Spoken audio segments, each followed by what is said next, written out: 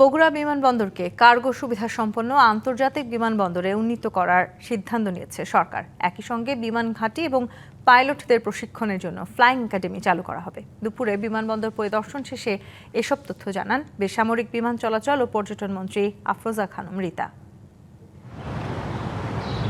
1990-এর দশকে অনুমোদন পেলেও নানা কারণে বগুড়া বিমানবন্দর চালু করা যায়নি। 2006 সাল থেকে এটি বাংলাদেশ বিমান বাহিনীর প্রশিক্ষণ কাজে ব্যবহৃত হচ্ছে।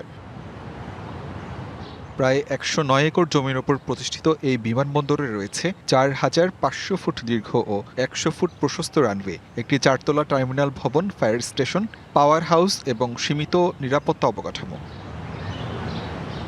কিন্তু রানওয়ে লাইটিং ব্যবস্থা না থাকায় এখান থেকে রাতে ফ্লাইট পরিচালনা করা সম্ভব নয়। পাশাপাশি বর্তমান অবকাঠামো বড় আকারের বাণিজ্যিক উড়োজাহাজ পরিচালনার জন্য উপযুক্ত নয়।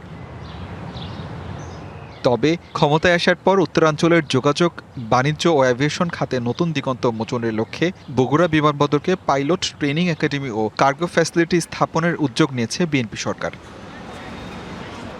এরই অংশ হিসেবে বৃহস্পতিবার এই বিমানবন্দর পরিদর্শন করেন বেসামরিক বিমান পরিবহন ও পর্যটন মন্ত্রী, প্রতিমন্ত্রী, স্থানীয় সরকার প্রতিমন্ত্রী ও বিমান বাহিনীর প্রধানসহ ঊর্ধ্বতন কর্মকর্তারা।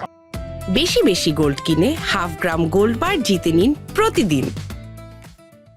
খুব দ্রুত আলোর মুখ দেখতে পারে। পরে জানানো হয় উত্তরাঞ্চলে একটি অত্যাধুনিক বিমান ঘাঁটি নির্মাণ করা হবে, যেখানে যুদ্ধবিমান ওঠানামার পাশাপাশি থাকবে আধুনিক প্রশিক্ষণ ও অপারেশনাল সুবিধা। বগুড়ার স্ট্র্যাটেজিক ইম্পর্টেন্স অনেক বেশি।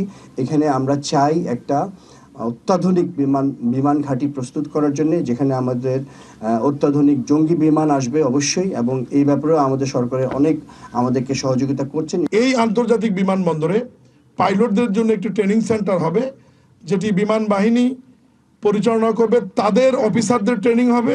আন্তর্জাতিক বিমান এখানে ওঠানামা করবে, অভ্যন্তরীণ বিমান ওঠানামা করবে এবং কার্গো বিমান ওঠানামা করবে।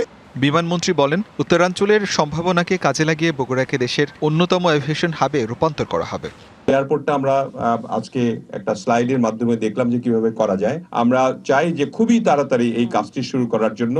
আমরা কোনো লেংদি প্রসেসে যাব না। আন্তর্জাতিক বিমানবন্দরের পাশাপাশি আমরা যেটা এখন পরিকল্পনা নিয়েছি যে আমরা একটা ফ্লাইং একাডেমিটা চালাবো, কারণ আমাদের পাইলটের অনেক দরকার।